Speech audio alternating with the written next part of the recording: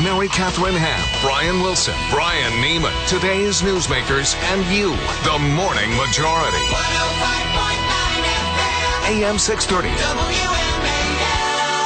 8:07 on the Morning Majority. We have on the line Jake Tapper, who is the senior White House correspondent for ABC News. And Jake, you're going to have a big debate this coming weekend, and huge. It's going to be debate. Yeah, and it really is going to be a huge debate given all that's happened in Iowa and now moving into New Hampshire. And by the way, I want to mention that if you want to follow the debate without those, distracting TV pictures, we're going to carry it right here on ABC on WMAL, so you can follow great. it as well. For people who don't want to see the debate, they can hear the debate. They can hear the debate. That's right. All right. So give me your post-Iowa assessment. And is Santorum a guy that has momentum that may carry him higher and higher to be a serious challenger down the line?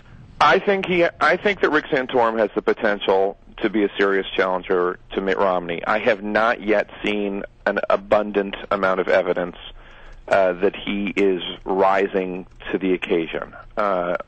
His campaign obviously needs to rise to the occasion. It needs to beef up. It needs to create infrastructure, fundraising capability, et cetera. And in the last 48 hours, I think he's raised about $2 million. That's a great start. He's taking out ads in South Carolina, also a good start. But from what I've seen of him on the stump, he is doing this is a fallacy that a lot of politicians do. They think, well, what I've been doing got me this far, so I'll just keep doing it. As in going to town hall meetings and just talking to people until they're leaving the room because they can't talk anymore. He's going around the state talking to people, and I think that's fine. I think it's great. His conservative message certainly resonates with a lot of voters here. There are conservatives who are hungry for an alternative to Mitt Romney. They want to coalesce around one candidate and stop splitting their vote 3 or 4 ways. But here's the rub. Here's the problem. Rick Santorum has an opportunity here to become a bigger person, to become a bigger national figure, to explain to voters who he is, why he wants to be president, why he is better than Mitt Romney, and so far I've seen him get him bogged down in wonky debates about the difference between Social Security and SSI. I've seen him get into heated debate with college students about same-sex marriage, and as if it's like some late-night bull session, talking about, okay, well, if it's fine for 2 men to marry, what about 3 men, and that sort of thing. And I'm not begrudging him for his knowledge of federal law or for his conservative views, but this is his moment to tell people who he is and why he should be president. And I have not seen him. I've seen him do some of it. I have not seen him do enough of it. And he needs to. I really think he needs to realize what the plan here is, what's on the agenda, and adapt. Is there a possibility that moving forward, the non-Romneys call some sort of truce and focus fire on Romney in South Carolina or New Hampshire? Because in Iowa, surprisingly little negative advertising directed at Romney. Some studies say 20%. Others say not even one focused on him only. It's amazing. No one laid a glove on him in Iowa. It was really remarkable. Perry came in, tried to, right. But nobody really laid a glove on him. I think we all could cut the ads, in the next hour if we wanted to do a devastating ad against Mitt Romney, and none of them really have. I think one of the reasons is they are all vying to be the conservative non-Romney, the nominee, and I love that. The nominee.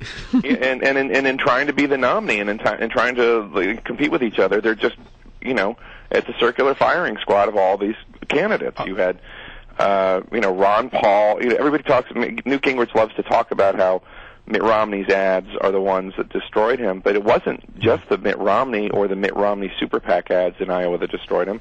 It was the Ron Paul ads. Those devastating. They were impressive. Now, of the nominees, which one does Mitt Romney worry about more than the others? Is it Gingrich, is it Perry, or is it Santorum? Who are they really worried about? That's a good question. As of right now, I don't think they're particularly worried about any of them. They're smart enough to know that this is a volatile electorate. Anything could happen. They're not taking anything for granted, to throw that cliche out there. But I don't know that they look at this field and think, well, so-and-so really could build up the resources and the infrastructure to be a serious contender. I think they've thought that about Rick Perry at one point, but Rick Perry has not been able, he's not been able to sell himself to voters. I mean, he'll try again in South Carolina, and maybe it could work there. It has a strong veterans community in addition to evangelicals, and maybe he'll find more fertile ground there. But so far, Rick Perry has not been the candidate to match the moment. I think that any one of these guys poses a threat, but not the kind of threat that would really concern Romney if just looking at the numbers. It'll be fascinating at the debate to see who they go after the most. Do they go after each other? I mean, Gingrich and Santorum and Perry, or do they all go after Romney?